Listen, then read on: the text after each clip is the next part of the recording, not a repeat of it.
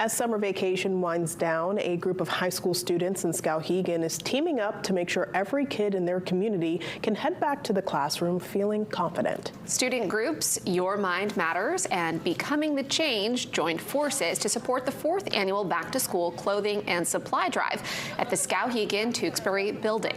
Volunteers of all ages spent their summer vacation collecting and sorting through piles of shoes, accessories, and clothes ranging from newborn up to plus sizes.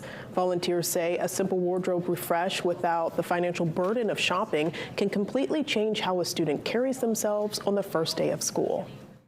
There's so many clothes here of all different styles and all kinds of fun things out here, so definitely having a good outfit to wear to school can bring some confidence. Dress good, feel good. The free drive runs this Sunday from 11 a.m. to 2 p.m. at Tewksbury Hall, located right behind the Federated Church in Skowhegan.